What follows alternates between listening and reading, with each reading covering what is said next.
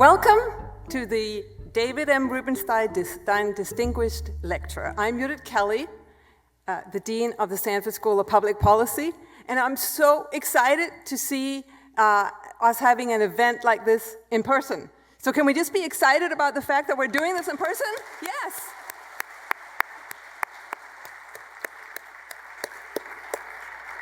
So we're going to feature a conversation here between Dr.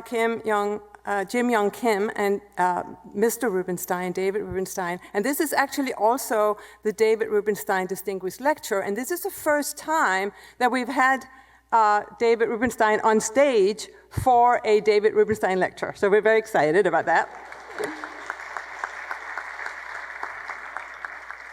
I also want to thank our co-sponsors, the World Food Policy Center and the Center for International Development, both of which are housed at the Sanford School of Public Policy. And we're very excited because this year is a special year for the Sanford School of Public Policy because we are celebrating 50 years of public policy here at Duke University since we started as a major and then grew into an institute and eventually a school. So it's a wonderful time to celebrate. And the purpose of the Sanford School really is to address the world's most pressing problems and to try to make a difference in the world. And our guest today has devoted his life to doing that, and so we'll have an interesting conversation about that. So I'm going to introduce you now to the gentleman who will be introducing these two gentlemen to you. That is our fearless leader, our intrepid COVID Avenger extraordinaire, our Harry Potter glasses wearing distinguished professor of the Sanford School, President Vince Price.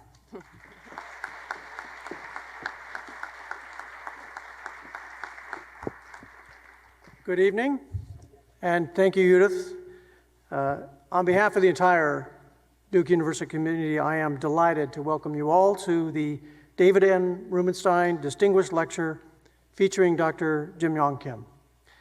Every Rubenstein lecture is a special event, but tonight is even more so as we are joined by David Rubenstein himself, who will be in conversation with Dr. Kim.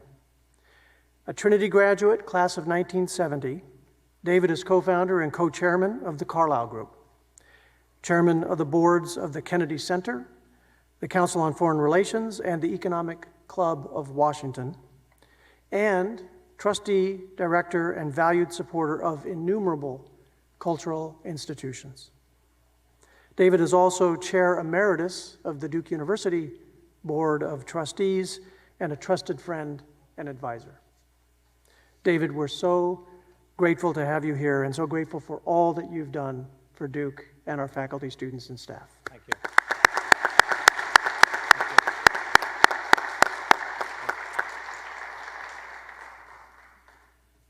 As Dean Kelly just noted, initiatives like the Rubenstein Lecture and the American Grand Strategy Program that's co-sponsoring tonight's event, these kinds of initiatives put Duke and Sanford on the cutting edge of social science and public policy research, advancing a legacy that dates back now 50 years to the great Terry Sanford, namesake of the Sanford School.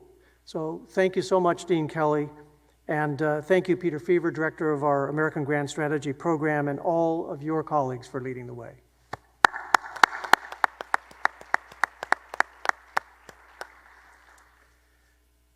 The title of this lecture seems particularly fitting, given tonight's guests. There are few public servants who are as distinguished as Yong Kim, who has served as president of the World Bank, president of Dartmouth College, and director of the World Health Organization's HIV/AIDS department. A physician and anthropologist by training, Dr. Kim has demonstrated exceptional vision, leadership, and compassion throughout his extraordinary career. He co-founded Partners in Health, along with Duke's own Paul Farmer in 1987, creating a new and community-focused approach to global health that has benefited millions of people around the world. At the World Health Organization, he devised the 3x5 program, which has led to the treatment of 7 million HIV-positive individuals in low-resourced countries. As president of Dartmouth, he prioritized mental health and well-being of the students, and in his 2 terms as World Bank president, he championed economic interventions designed to support the most vulnerable of populations. Since leaving the World Bank, he has served as senior advisor at Global Infrastructure Partners in New York. The recipient of a MacArthur Fellowship, Dr. Kim is a member of the National Academy of Medicine and the American Academy of Arts and Sciences. And as I mentioned at the front end, we have a particular treat tonight, having Dr. Kim in conversation with David Rubenstein. I am certain this will be an extraordinary discussion. So without further ado, please join me in welcoming both David Rubenstein and Jim Kim.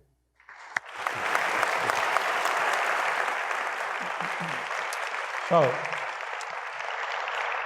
Jim, thank you very much for making the trip here. You've had a distinguished career, we just heard. You've been the president of the World Bank. You've been the president of Dartmouth College, the founder of Partners in Health, among other distinguished things. But now you're in the private investment world. Do you think that will get you to heaven more quickly than the other things you've done? First of all, before I say anything, I really want to pay tribute to David. I met David, it was very early on I came to see you after I took over the World Bank. Someone's got a phone call coming in. I don't think that's me. For now 10 years, I've been going to see you and asking for you for advice on so many different things. And so, you know, you guys are so lucky to have David as an alum. And I just want to pay tribute again to David. Thank you. The answer and is... I just also want to point out, I've got this big notebook in which I prepared for being interviewed by David. David has nothing, right? And this is his signature. He's interviewed so many different people, and he always comes with no notes, but with an encyclopedic knowledge of the people that he's up against. And so I'm prepared for you, David. You don't need any notes. But the answer is you will get to heaven more quickly because you're pursuing mankind's highest calling now, private equity, right? Right. David used to say, you know, I'm engaged in man's highest calling, private equity. So, you know, David, I thought long and hard about what was next. And you know this because I came and asked your advice all along the way. And, you know, I've had a leadership coach for 12 years. And when I was at Dartmouth, it was funny because when people found out I had a leadership coach, they thought that was just crazy. I mean, this is an academic institution. People would say, well, why can't we have a president who doesn't need a coach, right? But I've always believed in coaching. I mean, my great friend, the Dr. Atul Gawande, who's a surgeon, he wrote the most wonderful article in the New Yorker, and it was about, he was a trained physician. So after you leave your fellowship, you get no coaching, right? So nobody sees what you're doing. And so Atul said, if Tiger Woods and Roger Federer, the 2 greatest athletes in the world, have a coach, why shouldn't I have a coach? So my coach, I'm just saying, my coach has always told me, you got to know when to leave, right? And so I wasn't really looking to leave.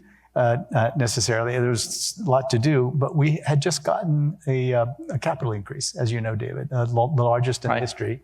And so I thought, all right, what am I going to do next? What's the next act? And the conclusion that I'd come to is that aspirations, that one thing that was the most striking thing to me in my job as the World Bank Group is that aspirations in the world were just rising. Everyone in the world could see how everyone else in the world lived. Everyone had access to a smartphone. So we could literally measure this, that people's aspirations for themselves and for their children especially were growing. And in order to meet those aspirations, we needed many, many more investments in basic infrastructure. And that's energy, transportation, digital infrastructure.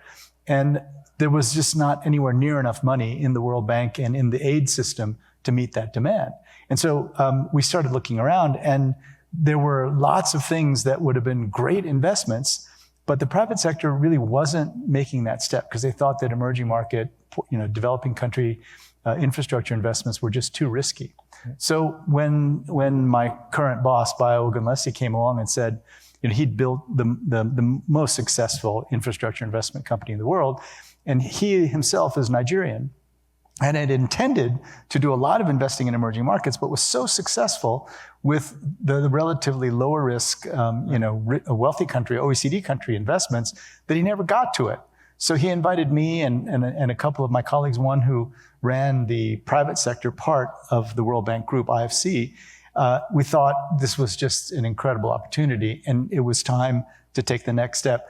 On questions of getting to heaven, David, I'm not an expert on that, so you'll have to tell me. Okay, so let me ask you, do you think it'd be a good idea if presidents of the United States would have leadership coaches? Yeah. Well, so why are leadership coaches so important when you're in these important positions? Because David, you don't get good feedback. You don't get good feedback on how you're doing and about how you might get better, right? So let's talk about your medical background for a while. You're a graduate of Harvard Medical School. The COVID response that the United States government's come up with, first, let's talk about where we are. Do you think the worst is behind us? And are you surprised at how many people are resistant to taking vaccines?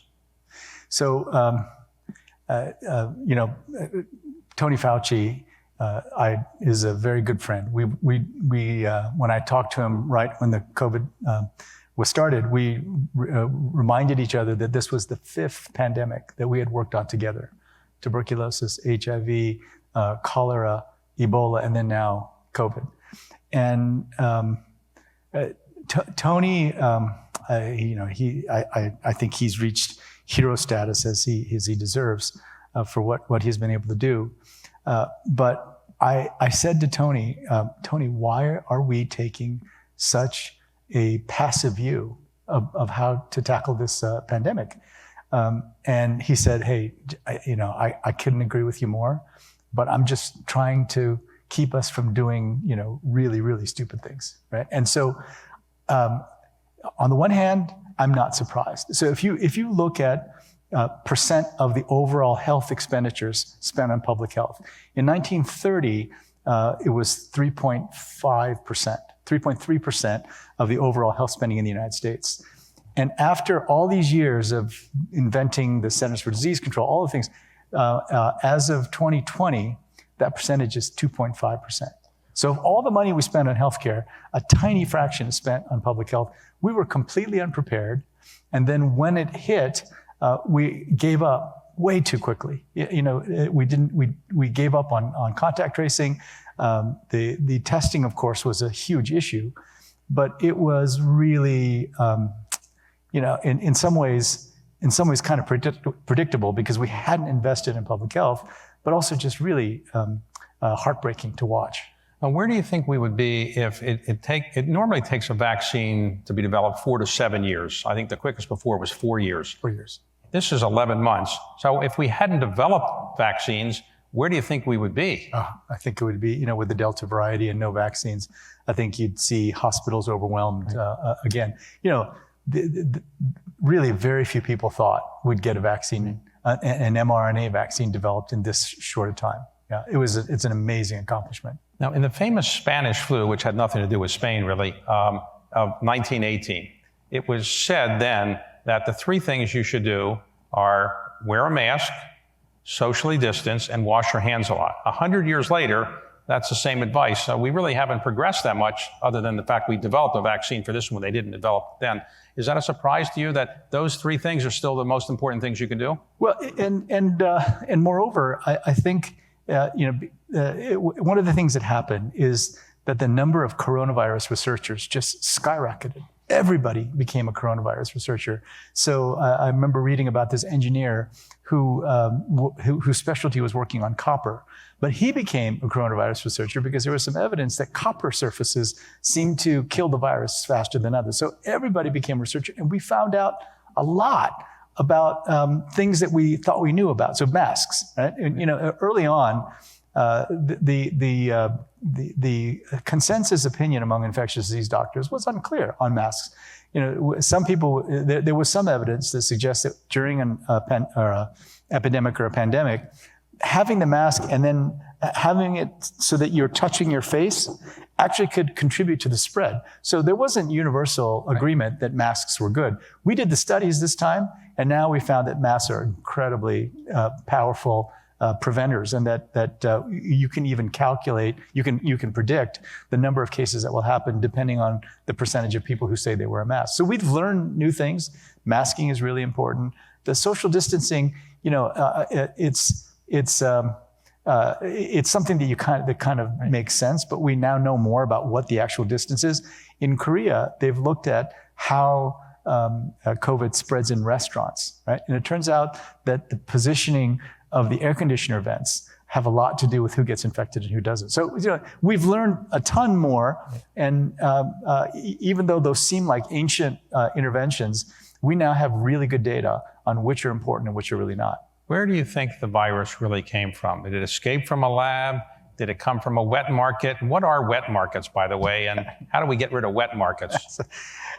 So, it's a very controversial issue right now, but a group of French researchers, like last week, and the paper hasn't even been published, went to, I forget which country it was, but went and caught bats coming out of a cave, took the various bodily materials of bats, and then grew them out and asked a very simple question: can the coronaviruses in these bats infect human cells? Because the idea, the controversy was, well, there are no coronaviruses in the wild that can infect human cells, so it must have come from a lab. That was the argument.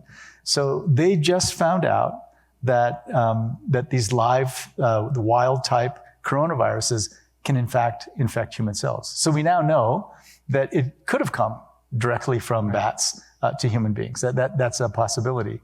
So the answer is, I don't think anyone knows yet where this particular outbreak came from.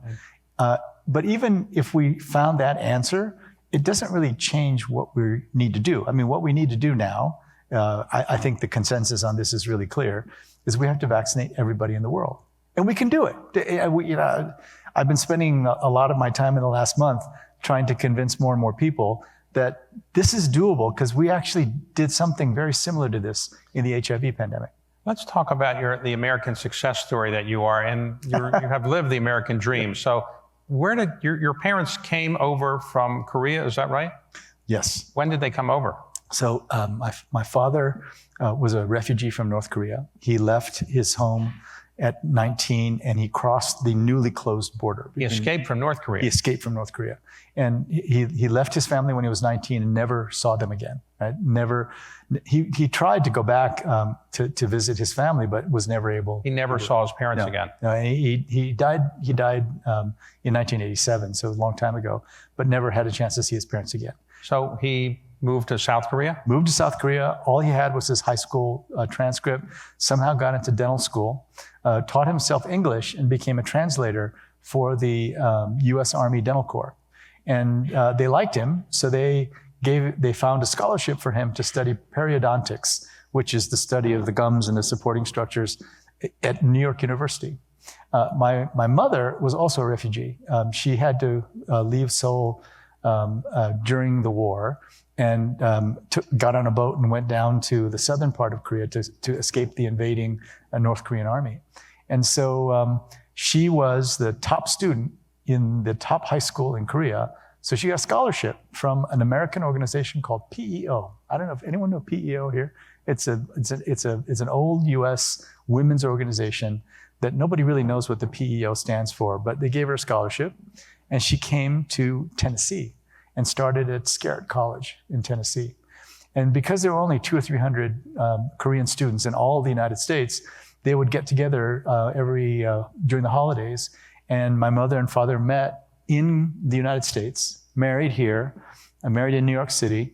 My older brother was born in New York, and then they went back to Korea as they were supposed to. You went back to Korea? Yeah, in 1959. I was born, she was pregnant with me, and I was born in Korea. And the idea was that they would stay there and that they would continue to work. My father was a dentist and a professor. My mother was a professor at the Women's University, Ewha Women's University. But it was 1959, 60. We were in Korea for about 5 years. And around 1963, by the way, from 59 when I was born to 63, the World Bank refused to give South Korea any loans because they thought it would never be able to pay it back. They thought that the prospects. But you were born in Korea. I was born in Korea. And did you speak English right away? No, I spoke nothing but Korean until I came here when I was 5 years old. You came when you were 5, so you only spoke Korean. Only spoke Korean. And you went to a Korean American center known as Iowa? Yeah, right. Well, it's what were you doing in Iowa? A little bit longer story. So my parents met. They went. There was lots of unrest. It was the post-war period. Lots of students protesting in the streets. They just didn't feel that we would have the same opportunity. So we first came to Dallas, Texas, the other great Korean American center, Dallas, Texas. My father had to get his dental degree all over again. So he went to Baylor, got his dental degree. And then, frankly, he was worried about whether American people would allow a Korean man to put his hands in their mouth. So he found, a friend of his said, there's a town in Iowa, State Center, Iowa, 2,500 people, and the dentist is retiring. So you can take over his practice and you'll have literally a captive audience, right? Okay. So we went there because my father didn't really know. And so we were there, and then we moved to the metropolis of Muscatine, Iowa, 25,000 people. Right? But were you the only Korean family there? Oh, yeah. The only Korean family for like a long way. Right. So you became a high school football star. Yeah, David, you say that very kindly. But you were a quarterback, and you were the quarterback of the team. That's pretty good. I was a quarterback of the team part-time. I didn't start every game, and we also had the longest losing streak in the nation at the time. Okay. Yeah. Okay. So, all right. All right. So then you must have done fairly well in high school, I assume. I did okay. Yeah. So you went to Brown? No. So I did well in school. I was valedictorian. And I went to the guidance counselor at Muscatine, Iowa, and asked, well, where should I go to school? My mother had done her master's in divinity at Union Theological Seminary. And this was in the 1950s when, Reinhold Niebuhr, the very famous person who, God give me the whatever, I forget, but he's a very famous guy. And it was one of the hotbeds of intellectual activity of the time, Union Theological Seminary. And so she said, well, why don't you go to an Ivy League school? So I went to my guidance counselor and she said, well, you've done very well in your ACTs. We didn't have SATs in Iowa. And you're a valedictorian. So in addition to applying to the University of Iowa, you really should consider also applying to the University of Wisconsin, right? That's what she told me, right? I see. And then my mother was saying, oh, come on, you should apply to the Ivy League schools. And then, our reaction, my brother and I both, our reaction was, they have terrible football teams, right? So we didn't know. And then during the summer, after I graduated from high school, I went to a summer science program at the University of Iowa. And I met all these kids from Long Island and Chicago. A lot of, the first time I met Jewish kids, right? And they kind of came to me and said, hey, Jewish culture, Asian culture is very similar. They told me about Korean food and Chinese food, things that I didn't even know. They were so worldly. And I thought, oh my God, this is my tribe. These are the people. And it was like, people here may not know the Beverly Hillbillies, but it was like, Jim, you got to get out of here, right? Nobody told you should apply to Duke, right? They didn't mention Duke then. Oh, Duke was also mentioned. And so they said, you got to transfer out of here. Because I was already committed to University of Iowa. So I applied to 2 schools, Brown and Harvard. I didn't get into Harvard. So I ended up going to Brown. So I went there as a transfer student. Have you reminded Harvard of the mistake they made? I did later get 2 degrees. So you went to Brown, and I assume you did reasonably well? Yeah, I did. I did well enough to get admitted to Harvard Medical School, and then, but I also got admitted to the University of California, San Francisco, right? And I spent most of my time at Brown as an Asian American activist, right? I mean, this Korean kid from Iowa, it's the first time I'd met other Asians, and I thought, oh my God, this is so cool. And the Asian American organization was working on things like I mean, at the time even, we were talking about anti-Asian violence, things that are issues today. And so it was the coolest thing in the world. And true story, I've told you this story before, David. I went to Brown and I just thought, oh my God, this truly is my tribe. And it wasn't just the sophisticated Long Island kids, the Jewish kids, the Asian kids were also just, blew me away. I'm sure a lot of those students had that experience coming to Duke. And so when I came back after the first semester, my father picked me up at the airport. We were driving along this country road back home to Muscatine. And he said, so Jim, what do you want to study? And I said, well, Dad, I think I'm going to study philosophy and political science, and I want to start a political movement, right? He pulled the car over to the side of the road, and he said, hey, and if I didn't speak Korean at the time, I had learned Korean later during my PhD program. He would have said something very nasty in Korean, but he said, hey, you punk. After you finish your medical residency, you can study anything you want, right? Right? So now, people laugh here, right? I've told the same story in an audience full of Korean parents. Not a single laugh, right? Right? Just of course, that's but what you got a PhD as well in anthropology? After I got into Harvard Medical School, right. My father became much more tolerant of other things. But did your parents say, look, you got an MD from Harvard, why do you need a PhD as well? No. Didn't say that. It was okay. I mean, he thought, okay, this kid's safe now, okay. Right? It came with a scholarship. Paul and I, that's how we met. Paul Farmer and I met because we both did the MD PhD program in medical anthropology. Did Paul Farmer tell you he went to Duke? Of course. Right. Of course. Right, you started with Paul Farmer something called Partners in Health, which has transformed a lot of what goes on in certain emerging market countries. What was the idea behind Partners in Health, and why did you think it would actually work? So, Paul has given this very lecture, I know, and we were both in the MD PhD program. Interestingly, both of our fathers had passed away at a young age. And so at Harvard, we found ourselves asking very tough questions. He'd already started working in Haiti. And the way he put it to me was, okay, Jim, now that we're having the opportunity to have what he called ridiculously elaborate educations, what's the nature of our responsibility to the poor? And I had been involved in Asian American movement stuff, and so I was very interested in social justice kind of issues. But Paul was coming at it from a very different point of view. He had gone and started working in the poorest country in the Western Hemisphere. And I was steeped in racial politics, identity politics, we call it, right? And Paul said, well, Jim, why don't you come to Haiti with me, right? And you'll get a different perspective on racial identity. So I went down there, and the Haitian people asked Paul questions like, is he your brother, right? Now, you know what Paul looks like. We do not look like brothers. And they called me Blanc. Blanc is, of course, white, but it means more than white. It means foreigner, but it means even more than that. It means a person who has access to resources. So, African Americans go to Haiti and they call them Blanc and they go crazy. They hate it, right? But they do it all the time. And so what Paul said was, okay, I get it. There is anti-Asian discrimination. You went through a lot of it in Iowa, and you explored your own identity by doing a PhD and going to Korea. Is that what you want to do? Is that what you think the nature of your responsibility is? And I thought, wow. Haiti woke me up in a way that I hadn't predicted. Right? And so we decided, okay, we may not win this battle.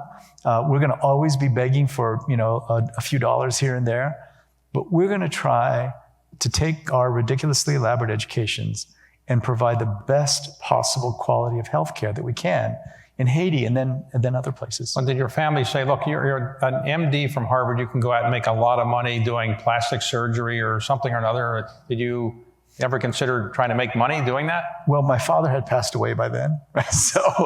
So he may have said that, but my mother certainly didn't. And it was a really powerful idea, and I thought that between us, but especially Paul, we came up with a game plan, right? That, in fact, David, we're still implementing that game plan right now.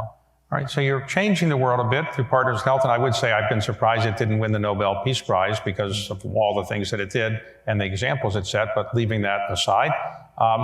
So you're minding your own business, you're running Partners in Health, you're teaching at Harvard, and you're having a nice life, and all of a sudden somebody from Dartmouth says, how would you like to be president of Dartmouth?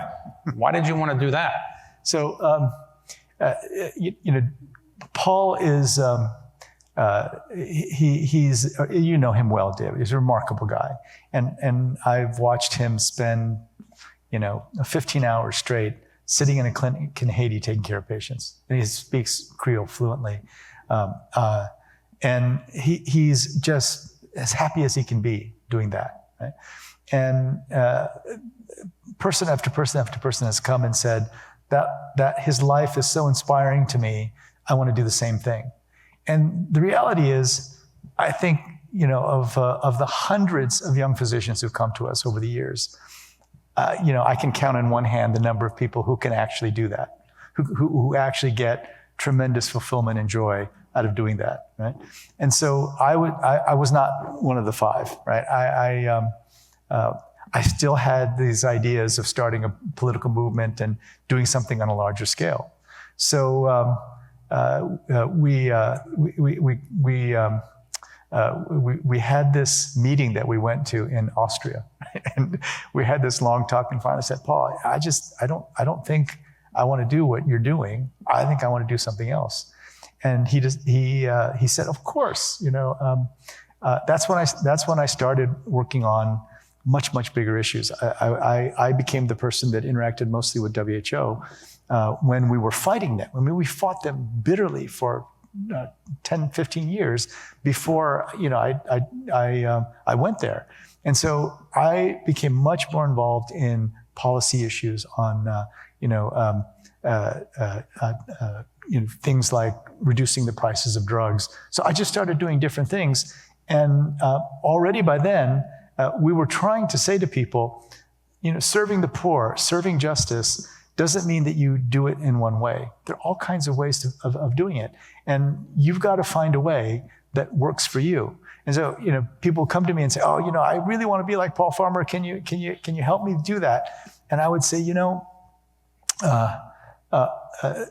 when you're going into really poor communities, it's really, if you can help them, that's great. But the one thing that we cannot subject poor people to is well-meaning but really unhappy rich people, right? And that happened all the time. People would go there and they would say, "Wait a minute, this is so hard. These people are not grateful and compliant. What's going on here? I thought that I'd feel a tremendous sense of accomplishment and they would be grateful." It's not how it works. And so the long answer to the question is, I got there because I kept trying to find, okay, what's the next most impactful way for me to have the same impact? And Dartmouth College, if you don't mind, David, I'll tell you the story. So, But did they tell you that Dartmouth was in the middle of nowhere? They did, yeah, absolutely. I'd never visited the campus. Never visited the campus until I was interviewing for the job. Right, so you interviewed, and they made you president, and But here's what happened. Though. Go ahead. I mean, you've run these searches, so I didn't know what my case was going to be to run it, and so I started reading everything I could find. I mean, one of the things, you are known, David, for incredible preparation for everything you do. So, when you're a candidate for a serious job, you have to prepare. So I read everything I could find about Dartmouth. And I found this one speech by a guy named John Sloan Dickey, who was one of the longest serving presidents at Dartmouth. And he started the Department of Public Relations at the State Department under Franklin Delano Roosevelt. And so at the age of 39, he came to be president of Dartmouth.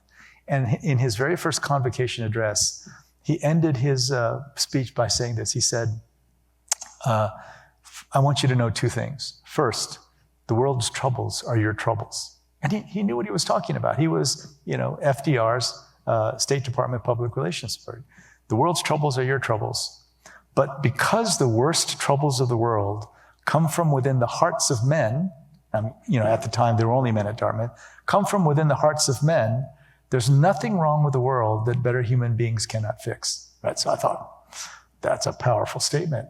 And so during my interview with the Dartmouth board, they were asking me all kinds of questions about me. And then finally, I said, well, what's your vision for Dartmouth? I said, well, look, I don't know if this is your vision. But then from memory, I quoted that, right? And I said, I'd never aspired to be a university president, but if that's what you want me to do, nurture the better human beings that can take on the world's troubles, I think I could do that, right? So literally, some of them had tears in their eyes. They were, wow, we didn't know that that was the legacy of Dartmouth. And so I think that's what got me the job. So you got the job, but then you did something that couldn't have been that popular with students. You said, I want to limit alcohol consumption. Was that very popular? No, it was not. The very first issue that came across my desk at Dartmouth was kegs versus cans. And I thought, what are you talking about, right? And they said, well, the fraternities have a certain number of kegs that they can purchase based on the number of people who register for a party. But they always run out, and so they have to go to the store and buy cans of a beer I'd never heard of, Keystone Light. How many know Keystone Light? Cheapest beer in the United States, apparently. And so the campus would be littered with cans of Keystone Light. And they made sure that they had parties Thursday, Friday, Saturday. So, every one of those mornings, the lawn of the president's house was full of cans of Keystone Light. And so they came to me and said, President Kim, we're really worried about the environmental impact of all those cans. So we think you should increase the number of kegs that we can have, right? So did you look at the movie Animal House before you took that job? Because I think it was written by a Dartmouth graduate. It was based on the experience of a fraternity that no longer exists, but yes. Right. So you were president of Dartmouth, and all of a sudden you're minding your business, you're telling people not to drink alcohol, you're doing things like that, and then all of a sudden the president of the United States says, come and see me, I want to talk to you. Did you know what Barack Obama wanted? So the phone call came from Tim Geithner, who was the Secretary of the Treasury. Dartmouth graduate. Dartmouth 83. And literally, my secretary called and said, Tim Geithner called. I got to know Tim and Carol both because they're both Dartmouth grads. And the only reason that ever anyone like Tim would call me is because they had a friend who had a kid who wanted to go to Dartmouth, right? So I was literally at the phone with a pad of paper ready to write the name of the kid down, right? Did people call you to try to get their kids to Dartmouth? And so I can't intervene directly, right? But I can at least, inquire and say, what's the chances, right? So that's what I thought. But Tim called me and said, hey, Jim, how would you like to be president of the World Bank? And I said, you mean like the World Bank in Washington, D.C.? Because I had written a book about the World Bank that had called for the closing of the World Bank in 1994. Right? And I said, Tim, I wrote a book that called for the closing of the World Bank. He goes, yeah, I know. They'd already done the research. And they said, well, what do you want me to do? He said, well, why don't you come down and talk to President Obama? I said, when? He said, well, how about tomorrow, right? So I went down there, and the first thing they do is they say, okay, we're not going to let you go talk to President Obama until you tell us that you'll take it if offered. You know the trick, right? So you want everyone who you put in office as your first choice. Right. So the way you offer it is, if you will take it, we will offer it to you, right? So that's what they said to me. And so I went in there, and it was, I admired President Obama so much. I walked in there, and he immediately sat down. He says, he has this way. So, Jim, why should I nominate you and not a macroeconomist, right?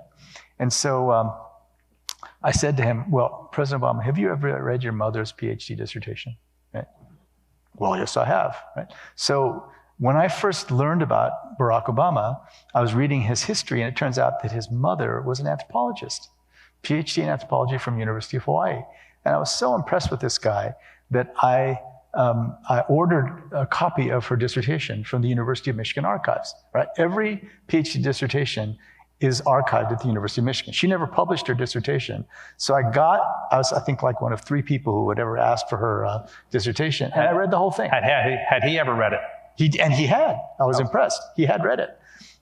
And I said, well, you'll remember that your mother showed that while the economists predicted that the Indonesian artisanal industry would be destroyed by globalization, your mother's show that, in fact, the Indonesian artisanal industry exploded and I ended up saying, so, I'm not going to be able to tell you what the world looks like from 30,000 feet the way a macroeconomist would, but I've been on the ground doing development programs for most of my life.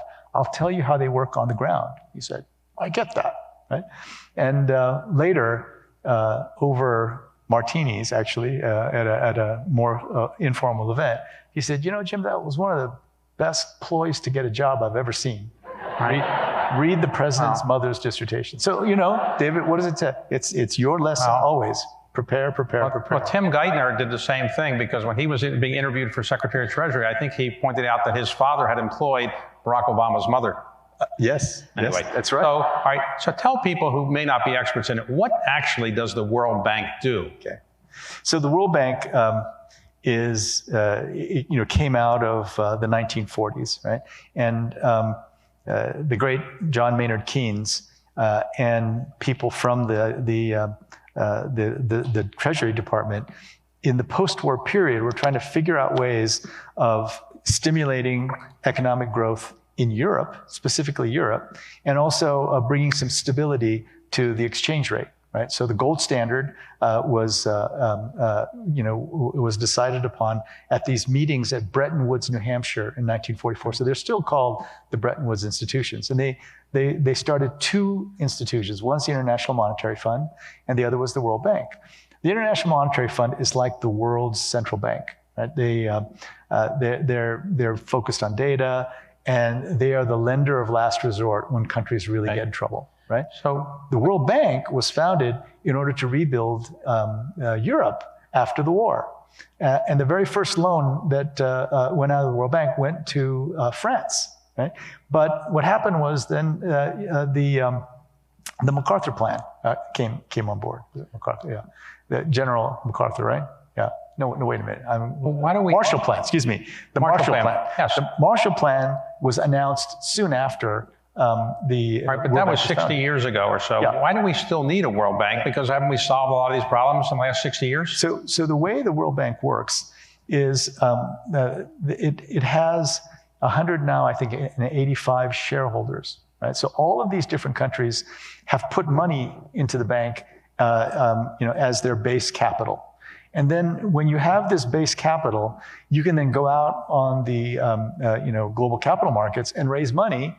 And because the World Bank is such a safe bet, the interest rates that we get are among the lowest in the world. Right? So we have one of the best AAA ratings. I still say I'm not there anymore.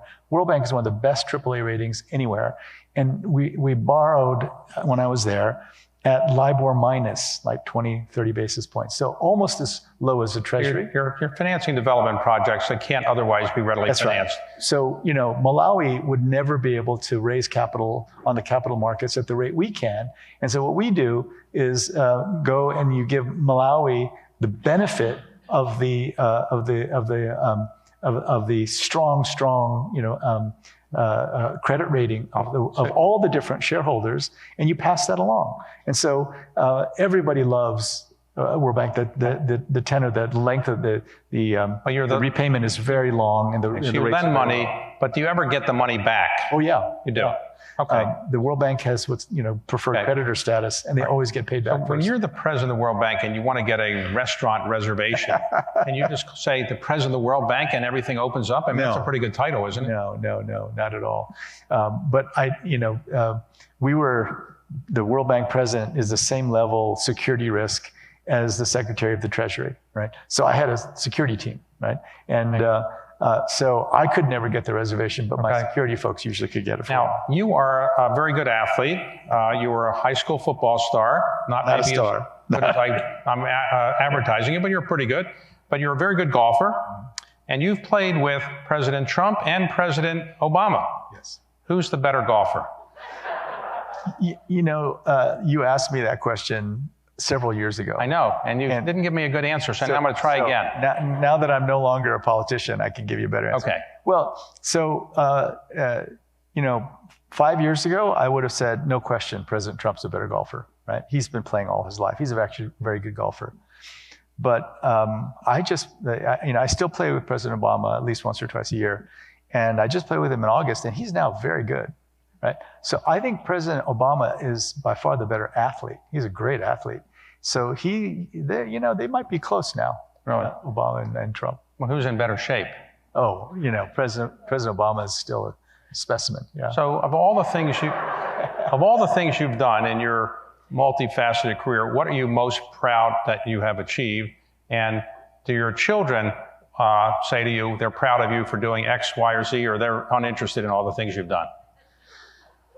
Oh my goodness. Well, so I think still the thing I'm most proud of are the things we did at Partners in Health. And so we literally lifted 2 death sentences on people suffering from 2 different diseases in the developing world. So drug-resistant tuberculosis, the absolute,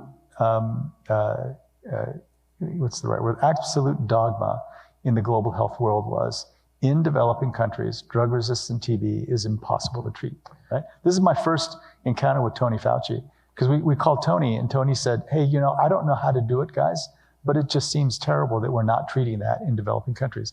And we changed policy. And I spent hours. And then HIV, in the early 2000s, literally everyone in the global health community was saying, it's impossible to treat HIV in Africa, right? And they had elaborate explanations for it. But what I kept saying is, look, if we turn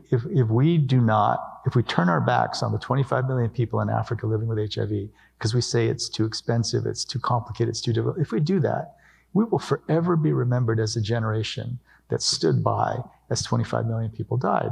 And I likened it to, Germans who were, living during the Holocaust. We will not shake that reality that we stood by and let it happen. And I have to say, it wasn't us. We brought this issue to the White House to President Bush, and President Bush was moved by this. Tony was involved in getting us to show we're treating these patients in Haiti, and they're doing great. And when they saw the before and after pictures of what we were doing in Haiti, it convinced the Bush White House to launch the president's plan for AIDS relief. And that became PEPFAR. That became PEPFAR, and now 27 million people are being treated. And we played a big role in that. So your children are proud of what you've done, no, right? No, not at all. Not so not much, at all. okay. No. But you're now in the infrastructure business. Can I answer the question about my children? All right, so in all this, right, and you know him well too, I worked with Bono, right? So my older son didn't think I was cool at all until for his birthday, I brought him and his friends backstage to meet Bono, right? That was cool, right? My younger son, he's 12 now, didn't think I was cool at all until we went to the Global Citizen Festival, and we saw Mark Ruffalo, I'm a rapper who played the Incredible Hulk, right? Oh, the Incredible Hulk. The guy played the Incredible Hulk, and so I was able to, and then what's his name? Hugh Jackman, the guy who plays Wolverine, right? Both of them very committed. That's what impresses them. Yeah, very committed to justice issues. And when I was able to get a picture of my 12-year-old with them, that's the only time he's ever thought I was cool. So now infrastructure, when you've traveled all over the world, do the cell phone calls drop in other parts of the world as much as they do here? And if the infrastructure bill passes, are we going to get our cell phones to actually work well here? I sure hope so. The infrastructure deficit here, as you know, David, is huge. But the difficulty is it's very difficult for the federal government to really intervene, because infrastructure is really a state-by-state issue. So now, your father passed away when you were younger, but your mother is alive. Mm-hmm. And does she call you with advice from time to time and say, you do this, do that, or she doesn't give motherly advice? And is she proud of what you've achieved? Oh, yes. I think my mother's, yes, my mother's very proud of what I've done. For finally, what question, for students here who say, I want to be Jim Kim, I want to run the World Bank, I want to solve HIV, I want to solve infrastructure problems, what advice would you tell them that would be most appropriate to how to be prepared to do the kind of things you've done? So, first of all, you guys, the students who are here from Duke, you made a fantastic choice in coming to Duke. Duke is just, a fantastic institution. And so I would really, really urge you to get as much out of your education here as possible and try to come out with a skill. I mean, you may not come out of undergraduate with a skill, but I tell you, I'm still grateful to my father for saying, get your medical degree. Your life will change. You'll be able to do, interact with people on a different level. So I'd say that's important. But the other thing is, it's really true that you've got to learn new things. So I'm on my 6th different career. You've seen me go through some of it, medical doctor, anthropologist, a World Health Organization employee, a department chair, and a university. I've gone through so many different careers, and each time I've had to learn something from the bottom up. I mean, right now I'm learning finance from the bottom up, and that incredibly humbling part of that, learning new languages. I had to learn both Korean and Spanish from scratch in various parts of my life. You've got to prepare yourself to do that, because that's the reality of the world. You're going to have to learn new things all the time. So 1, try to get a great skill, and then 2, just be prepared to continue to learn new things all the time.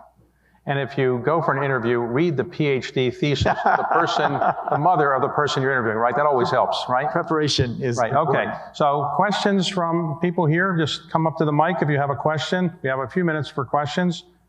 Just speak loudly so we can hear you, and ask a question that's succinct. Okay, I will do my best. So thank you, first of all, Dr. Kim, for being here. It's a true honor to have you at Duke and to pick your brain on a few different pressing issues of today. I know when you were talking, you were mentioning how your experience in Haiti had really transformatively changed the trajectory of your career. And I think reading into your background, you were actually the first president of the World Bank with on-the-ground development experience. And so as someone who finds myself asking a lot of the questions that you did, when you were at Harvard, I'm wondering how those development experiences shaped your decision-making framework, your values, and how that guided you through a lot of the difficult decisions you must have had to make at the World Bank. Thank you. It had a huge impact, right? And so what we used to say to people who join Partners in Health, is that in order to really be good at doing this work, you have to let your soul be fractured a little bit. At least a little bit, and maybe a lot more, by the suffering of the poor. I mean, you have to really take it in. See that just because of the accident of their birth, they're going through a kind of humiliation and pain and struggle that nobody should go through. And so that's where I started, from sort of trying to feel that pain. And at first, it felt like what I need to do is to learn to speak Creole and take care of patients. But then, the other part that kicked in was, yes, let your soul be fractured, but then don't just nurse your wounds and think that you have to copy someone else. You got to be honest and realistic about what it is that will keep you at this over a long period of time. And it's never obvious. And you have to also try lots of different things to find the thing that you really like. I mean, it took me this long to finally joined David in man's greatest calling, private equity. Yeah. So, all right, next. Hi, Dr. Kim. Thanks for being here. My question is, what do you think is the most significant infrastructure problem in the United States today? Is it people talk about broadband as being an access to education, telehealth, and other things. So what do you think it is? Well, it's a great question. And frankly, it's one that I haven't thought about a lot. Even with all its problems, and this is still, in so many ways, the greatest country in the world. And so, if I were to look around though and say, what are the things that we all should be really concerned about? I think it's things like intergenerational poverty. That if you are born in a situation of poverty, it's very difficult to rise out of it. Now, the great universities like Duke are among the places where we're beginning to change that formula by recruiting students who come from a lot of different backgrounds. But it has to be, I think, much more systemic than that, much more widespread. When I was at the bank, we started something called the Human Capital Index, or the Human Capital Project. And we looked specifically at the correlation between improved educational outcomes, improved health outcomes, and economic growth. And of course, what we showed is that if you just take one measure of education, which is learning adjusted years of schooling, and add to it a few health indicators, you get the most powerful predictors of future economic growth that we've ever seen. At least they're very powerfully predictive looking backwards, right? So figuring out some way to improve the quality of teaching. I still work a lot on education, and there are so many very interesting innovations like after-school programs that can dramatically improve outcomes that we're not implementing, right? So I would say that in terms of just basic competitiveness with other countries, I mean, China, Premier Li Keqiang, I worked with him quite a bit when I was at the World Bank, said to me one day, I have 150 million trained engineers in China, right? So the seriousness with which they've taken on STEM education is so different than what we do. I think that's at least one of the issues. I want to go back and forth, yeah. Hello, my name is Skylar. I'm a freshman here at Duke. And I had a question regarding earlier in the session, you talked about how after you went to the Haitian community, it changed your perspective. And you and your partner decided that regardless of how it turned out, you wanted to try your best for health insurance for the Haitian community and all over the world.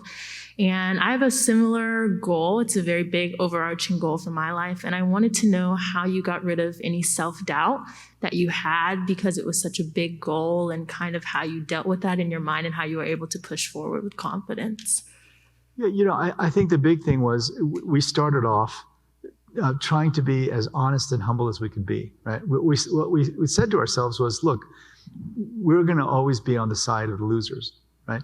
But faithfully remaining on the side of the losers was a victory in and of itself. I mean, that's really, it sounds kind of melodramatic right now, but that was really important. And we never thought we would be able to raise the kind of money that we've raised. I mean, Partners in Health is a $150 million a year organization now. And we had one donor, right? And if we had David back then, we would have come hit him up as well. I'm sure he would have supported us. Right. But we had one donor, right? And he was a construction guy. We thought he was the wealthiest man on earth, but he probably had a total net worth of about $50 million. Just about all of which he gave to us to tackle these projects. So, multi-drug resistant TB, it cost us $25,000 per patient to treat one patient. And he kept giving, he didn't like it. He said, but guys, with $25,000, you know how many people we could feed in Haiti? And he was right. But we kept saying to him, this is not about these patients. We're going to show that that it's possible. And if we show that it's possible, these patients in Peru will be the evidence and proof so that poor people all over the world can get treated. And he kept supporting us. And so we had a very unique donor. He literally spent his last penny supporting Partners in Health. And then as he died, other donors came on board. But I named my son, and his name is Thomas J. White. My son is named Thomas J. Kim.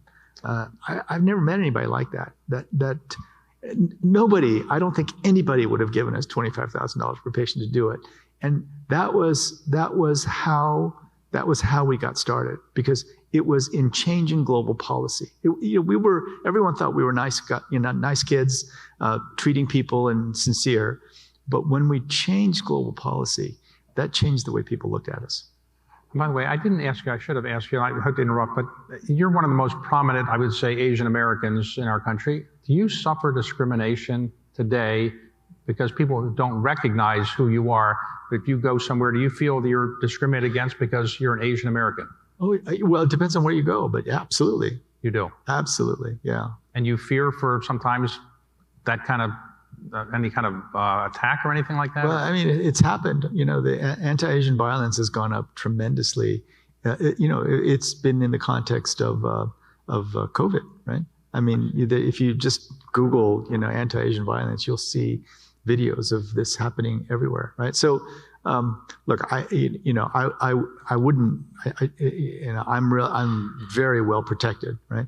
And just to tell you a funny story, David, my older son, Thomas, he's a senior now at Brown, But when he was about 13 or 14 years old, he lived for part of his life in the president's house at Dartmouth, and then, he was son of the president of the World Bank. And I said, Thomas, have you ever felt discrimination? And we'd already come to Washington, D.C. by that time. And he said, oh, yeah, Dad. So when? I said, well, every time I wear a Patriots jersey to school in D.C., I get discriminated against. So I thought to myself, wow, things have changed over time. Right. On the other hand, if you were growing up in Mississippi, I think it'd be different. Yeah. Right. Hello. Thank you so much. You kind of touched base on this, but I wanted to know, what are the lessons that you learned in the dealing with the HIV epidemic that could have been applied to dealing with COVID-19? I'll tell you right now. So, when we said we need to treat people with HIV, all the same objections that you're hearing now about COVID came up: intellectual property, technology transfer, slippery slope. We're gonna lose all our profits, and we fixed every single one of those problems. So, what did we do? The World Health Organization started doing quality assurance on the generic versions of the HIV drugs. And we did such a good job that President Bush said, I need to be able to treat more patients. You need to figure out a way for us to be able to treat, PEPFAR patients with generic drugs. So they literally copied, the program that we'd set up at WHO with the FDA, right? And so ultimately what we were able to do is protect the OECD markets so that we kept in place the motivation, the incentive to make new HIV drugs, and there's still new ones coming out because there are enough people in the developed world so that it's worthwhile to come up with new HIV drugs. And if they do, they make a lot of money, right? And we knew it was important to do that because these drugs, people develop resistance, so we needed a constant source. But in order to get the world to do that, it required lots of, protests and the gay men's health crisis, ACT UP. These are the folks that really made it happen back in those HIV days. Now, frankly, as I've said before, the real turning point was when President George W. Bush said, "I am going to get behind this." Right. So, what did we learn? One, you got to have the President of the United States behind you. And I think President Biden is open to it. Two, you can make enough vaccine, even in just the United States, to supply the rest of the world. And you can do it in a way that will not threaten the intellectual property of the great companies that made these vaccines. And there are so many interesting ways that we could get to distribute them, right? So Andrew Yang, right? What is it? Universal Basic Income. You know where he got that? World Bank, right? I didn't know that. I called, when I first met him, I said, where'd you get that idea? What are you talking about? From the World Bank website, right?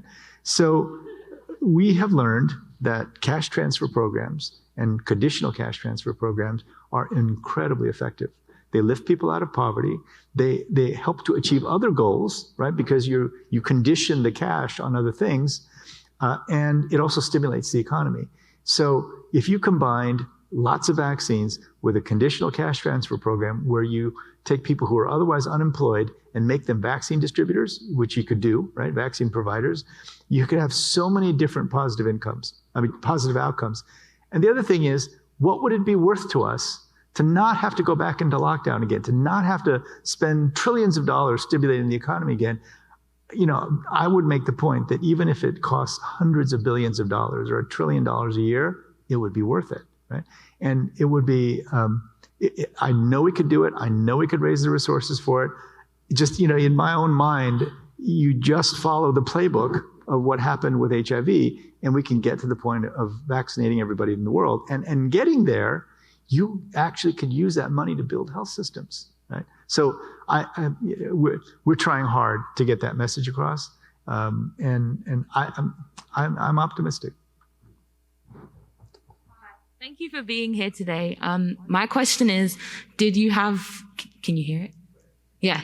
Did you have the impact that you wanted to as leader of the World Bank, both in magnitude and in direction? I think I'm very proud of the time that I spent at the World Bank. And you know, for any lending institution, the most important thing is to have capital so that you can lend even more. And you know, we accomplished that at a time when literally nobody on earth thought we could accomplish that. There was nobody, even my own team, thought we weren't going to be able to accomplish it. But when we did that, we really set up the bank for, you know, doing what it's doing now, which is just dramatically increasing its lending in the face of COVID. You know, I wish I could have done more, but the other things that we did that were unexpected, when I started at the World Bank Group, we were kind of the enemy of the climate change community. During the Copenhagen meetings that failed, you know, so spectacularly, the World Bank Group was not even allowed in the hotel, in the room, in the building where they were having the discussion, because we were seen as the enemy, you know, involved in fossil fuels, et cetera. But by the time I left, we went from almost zero lending on climate change to over 30 billion a year. So when I left, we were the largest financiers of adaptation and mitigation of climate change in the world. Right? So, and luckily, I mean, every new president can change everything, but luckily none of that has changed. So climate change, you know, capital base, human capital.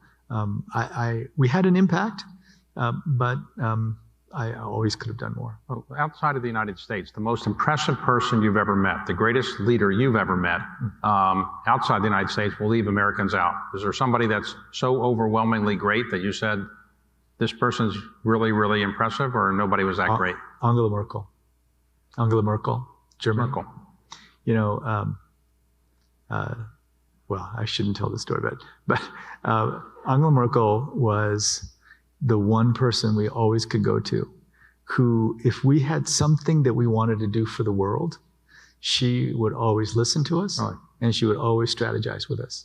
And she'd say, okay, well, if you want to do that, then 1, 2, 3, 4, 5. 1, 2. She was an incredible leader, and not only took on the weight of the problems of Germany, but took on the weight of the problems of the world. I mean, you know, she accepted 1 million Syrian refugees. Right. It had a huge impact on her politically. It was negative, right? But I was at a meeting, and she was, you know, she was really interested in the World Bank, because she said, okay, look, I think what you're trying to do is the right thing, but what we've learned in Europe is that if we don't care a lot about the countries just to the south of us, they're going to all want to come here, right? And look, she said, and you know me, you know, I took in 1 million refugees, so I'm not pushing them out. But if we had to take in another 1 million refugees, life in Germany would change fundamentally. And so, you know, she understood that it was in the interests of every European leader to care about African, Middle Eastern, you know, poverty eradication. She really got it. Really impressive. Yeah. Saying we're all going to miss Angela Merkel soon. Gentlemen, I would like to give you a present. It's a pin that's fashioned from the old willow oaks that used to grace the campus. So, Thank you. Thank you. Thank you.